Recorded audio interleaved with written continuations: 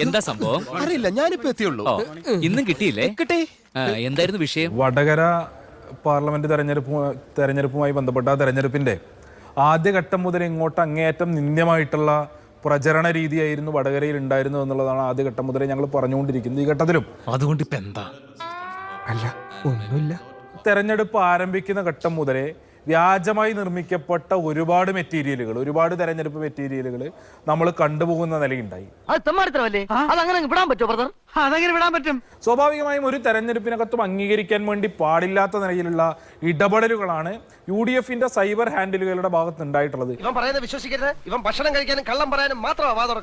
ഒന്നും ഉണ്ടായില്ല എന്ന നിലയിൽ പറഞ്ഞവസാനിപ്പിക്കുന്നതിന് വേണ്ടി ജിൻഡോ ശ്രമിച്ചു.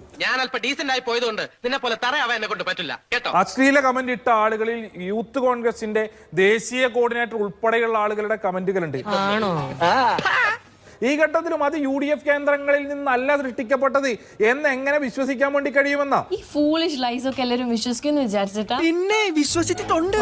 ഞാൻ നേരത്തെ സൂചിപ്പിച്ച എണ്ണമറ്റ അനുഭവങ്ങൾ കിടക്കുകയാണ് ഈ നിലയിൽ UDFന്റെ സൈബർ കേന്ദ്രങ്ങൾ പ്രചരിപ്പിച്ചതിന്റെ അനുഭവങ്ങൾ. അങ്ങനെ പറഞ്ഞു കൊടുക്കണം. ഇപ്പോ LDFന്റെ പ്രതിനിധി ആർഷ കുറെ കാര്യങ്ങൾ പറഞ്ഞു. അതെ. ഞാൻ ചോദിക്കുന്നത്, അങ്ങോട്ട് ചോദിച്ചോട്ടെ, CPMന്റെ ആളുകൾക്ക് അല്ലെങ്കിൽ LDFന്റെ സ്ഥാനാർത്ഥിയായിട്ടുള്ള ശൈലജയ്ക്കോ അല്ലെങ്കിൽ അവരുടെ ഇലക്ഷൻ ഏജന്റ് ആയിട്ടുള്ള ആളുകൾക്കോ പരാതിയില്ലേ? നിങ്ങൾ പരാതി കൊടുത്തോ? പരാതി കൊടുത്തിട്ട് എന്ത് നടപടിയാണ് കേരളത്തിലെ ആഭ്യന്തര വകുപ്പ് പോലീസ് സ്വീകരിച്ചത്? അത് ഉത്തരം പറ മോനെ. സാർ ചോദിച്ചു, ഉത്തരം കൊടുക്ക്. എനിക്ക് നാണാവുക. കേരളത്തിലെ ആഭ്യന്തര വകുപ്പിന്റെ പൂർണ്ണ പരാജയമല്ലേ? ഇത്തരം ആക്ഷേപങ്ങൾ LDFന്റെ പ്രതിനിധി ഒരു ചാനലിൽ വന്നിരുന്ന് പറഞ്ഞിട്ടും ഇലക്ഷൻ കഴിഞ്ഞ് ഇത്രയും നാളായിട്ടും ഇത്തരം തോന്നിവാസം ചെയ്ത ആളുകളെ കണ്ടെത്താൻ പറ്റിയില്ലെങ്കിൽ ആർഷോ, നിങ്ങൾ ഈ ചർച്ച കഴിയുമ്പോൾ കേരളത്തിലെ DGPയോട് ആവശ്യപ്പെടണം, ഈ കാഫിർ പരാമർശം നടത്തിയതുമായി ബന്ധപ്പെട്ട അന്വേഷണം നടത്തണം, നടപടി സ്വീകരിക്കണം എന്ന് ആവശ്യപ്പെടാൻ ധൈര്യമുണ്ടോ? അങ്ങനെ പറയരുത്. അയ്യോ, കഴിഞ്ഞില്ല, ഇനി കുറേയുണ്ട്. ചിരിച്ചിരി മണ്ണ്. പിന്നെ താങ്കൾ പറഞ്ഞു യൂത്ത് കോൺഗ്രസ്സുകാർ അത് ചെയ്തു, അല്ലെങ്കിൽ പോസ്റ്റിന്റെ താഴെ വന്ന് കമന്റ് ഇടുന്നു.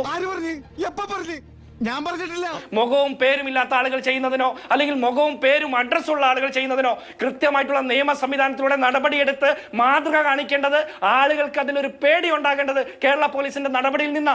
കിട്ടിയാ? ഇല്ല, ചോദിച്ചു വാങ്ങിച്ചു. നിങ്ങളുടെ KK ലതികയുടെ മകൻ P മോഹനൻ എന്ന് പറഞ്ഞ ജില്ലാ സെക്രട്ടറിയുടെ മകൻ, എന്താ അയാളുടെ പേര്? ജൂലിയസ് നികിദാസ്. അദ്ദേഹം പറഞ്ഞ പദപ്രയോഗങ്ങള് ആർഷോയ്ക്ക് ഈ ചർച്ചയിൽ പറയാൻ പറ്റുമോ? അദ്ദേഹം ഫേസ്ബുക്കിൽ എഴുതിയിട്ട കമന്റുകൾ. അപ്പൊ ഇതൊക്കെ ഓരോരുത്തരും അവരവരുടെ മനോഗുണത്തിനനുസരിച്ച് ചെയ്യുന്നുണ്ട്. മുതലും പലിശ ചേർത്ത് കിട്ടി. ആരും കണ്ടില്ല.